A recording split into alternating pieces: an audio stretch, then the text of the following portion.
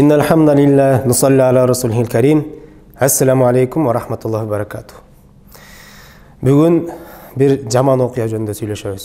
Bir жигитти жакшы көрүшкөн. Бирок анын деген үйү аялы бар, жана эки баласы бар болгон. Айыздан болгон каныңды алып келесиң, жана bir конфет алып келесиң. Жигит кызга келип айтат: "Мен сенсиз жашай албайм."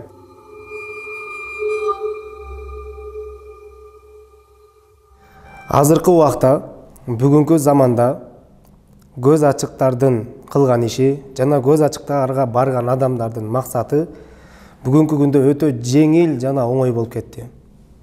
Isытма, суутма, бирөөнү сүйдүрүп алма, бирөөнү күйдүрүп алма, бирөөнү жакшы көрүп алма, анын үй бүлөсү менен ажыраштыруу жада калса, бүгүнкү күндө рекламада дагы, телевизордо, газеталарда, интернеттерде рекламалар дагы ачык эле берилет. Бирөөнү жакшы көрдүрүп беребиз, бирөөнү ажыратып беребиз, бирөөнү устма кылып беребиз, суутма кылып беребиз, жолун аштырып беребиз, окутуп беребиз деген рекламалар дагы толтура жана оңой жеңил. Эми ошонун көпчүлүк адамдар илимсиздигинен, аны билбегендигинен жана анын зыянын түшүнбөгөндүгүнөн көпчүлүк адамдар мына ушул көз ачыктардын ыкмасын колдонот. Кечээки эле bir мисал, бизге bir эжеке дем салдырганы келди жана келип өзүнүн башынан өткөн окуяны айтып берип атат. Эжек айтат: ал чогуу жумушунда иштеген 5-6 жылдан бери чогуу иштешип жүргөн bir жигитти жакшы көрүшкөн. Бирок анын деген үйү аялы бар, жана эки баласы бар болгон. Bir күнү телевизордон рекламаларды карап отуруп, анан рекламаларга азыр ачык эле чыгат. Бирөөнү сүйдүрүп беребиз, окутуп беребиз, ысытма кылып беребиз, жолуңарды ачып беребиз, мындай кылабыз, тигиндей кылабыз. Ал ошол рекламалардын бирин көрөт дагы, ошол жигитке сыйкыр окуп көрүү кызык болот дагы. Ал ошол рекламадагы номерди терип туруп, аны менен байланышып, анан ал көз ачыкка барат. Алар болсо көз ачыктар, сыйкырчылар, бакчылар болот.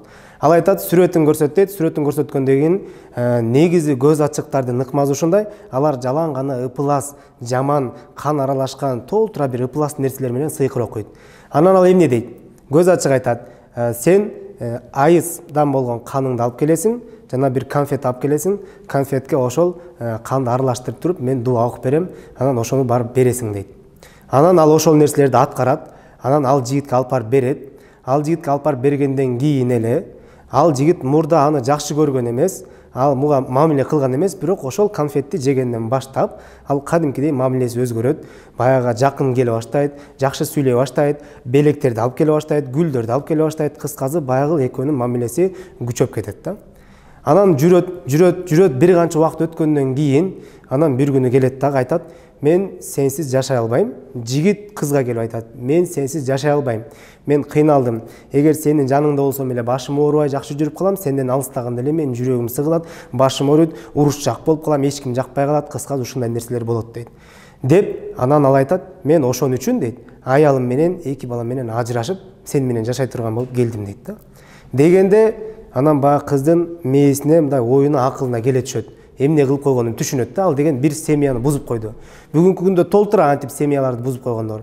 Бирок анан ал кыз кайра эле ошол көз ачыкка барып туруп, ошол дуаны, окулган сыйкырды кайра кайтартмасын окутайын, канча болсо төлөйм дегенде ал айтат: мен аны окуй албайм деп коет.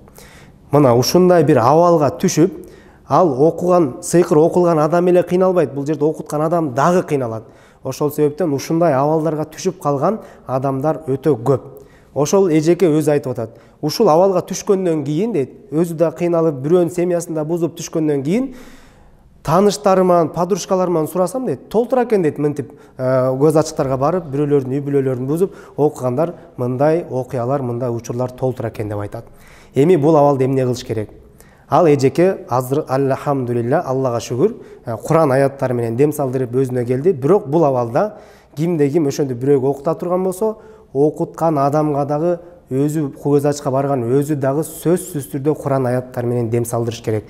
Эмне үчүн? Анткени пайгамбарыбыз саллаллаху алейхи ва саллям, пайгамбарыбызга өзүнө сыйкыр окулганда, пайгамбарыбыз ушул Куран аяттары менен сыйкырды жандырган. Эч кандай бакчыга баруу, кайра көз ачыкка баруу шариятта арам кылынган. Эми bir маселе.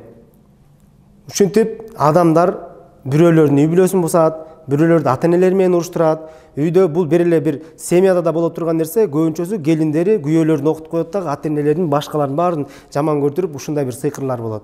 Пайгамбарыбыз эмне деп айтат? Пайгамбарыбыз айтат: кимде ким көз ачык бакшы сыйкырчыларга ишенбей туруп жөн эле текшергени бара турган болсо, анын 40 күндүк намазы кабыл болбойт дейт. Мындайча айтканда, ошентип окутуп жүргөн адамдар ишенбей эле бара турган болсо, 40 күн ибадаты кабыл болбойт, 40 күн дуалары кабыл болбойт, жашоосунда береке болбойт деген сөз. Ал эми кимде-ким ишенип туруп, тастыктап туруп, чындап бул көз ачык кыйын экен, так кылат экен деп ишенип барып алган болсо, пайгамбарыбыз айтат, мен жана мен алып келген динге кафир болду дейт. Мындайча айтканда, ал адам өзү билбеген абалда мусулмандардын катарынан чыгып кетет. Ошон үчүн бул жашоодо такыранын жашоосунда береке болбойт, дайыма кыйынчылыктарды өтүп жүрө берет. Аллах Таала өтө катуу убада кылган, сыйкырчынын өзүнө дагы, сыйкырчыга барган адамга дагы, алар бул дүйнөдө рак болуп, бир айыкпас оор менен оорумайынча, алар бул дүйнөдөн өлбөйт. Аллах Таалам ошондой көз ачыктарга баруудан жана көз ачыктардын зыяндарынан, ар кандай бакчылардын дуаларынан Аллах Таалам бизди өзү коргосун, өзү сактасын. Ассаламу алейкум ва рахматуллах.